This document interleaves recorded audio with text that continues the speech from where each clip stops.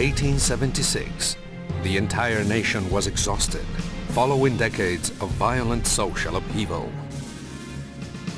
The Mexicans had lost a devastating war in the 1840s to the United States and given up huge amounts of land to the Americans. They had been conquered by France and ruled by an Austrian emperor.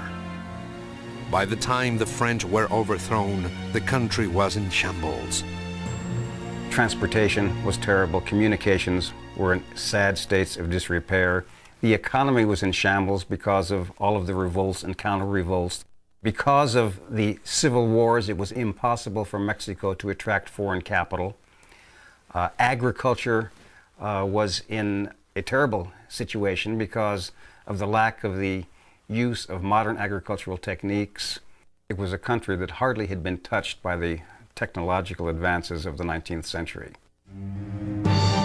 With the death of the immensely popular Indian leader Benito Juarez in 1872, a powerful general named Porfirio Diaz emerged as the most prominent politician in the country.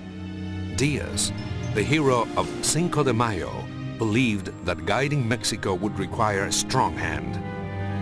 When Diaz came to power for the first time, he was very concerned about the need to establish stability in Mexico. If you looked at the Mexican past, you saw that it was one of the most unstable nations in Latin America. He wanted to stabilize the country, and he believed that he would have to stabilize it through force.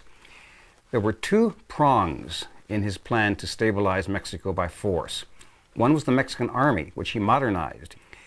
A second prong of this attempt to stabilize the country by force was the institution of a national rural police force called the Rurales. The Rurales became Porfirio's private enforcers, his political strong arm. There are between 4,000 and 5,000 Rurales. Under President Diaz, they have gained practically limitless powers. Their reputation for fearlessness has a most chastening influence. Charles Flandreau. Diaz filled the jails and prisons with his political opponents. Some were simply shot on sight. Killed while trying to escape was the official notice. Diaz's policy to control the peasants was simply pan o palo, bread or the stick. Yet many of his supporters were richly rewarded. Diaz ran the country like a crime boss, appointing local warlords who enjoyed a lucrative monopoly on liquor, gambling and prostitution.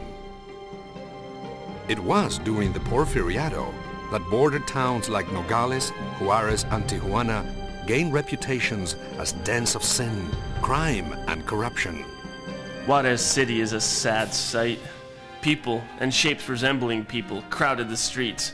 The hellish music of the automatic pianos went on incessantly.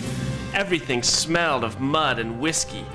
Up and down the streets, rubbing against us, walked cheap prostitutes, ugly and unhappy. The racket and noise of the gambling machines came from the saloons and taverns. Martin Luis Guzman.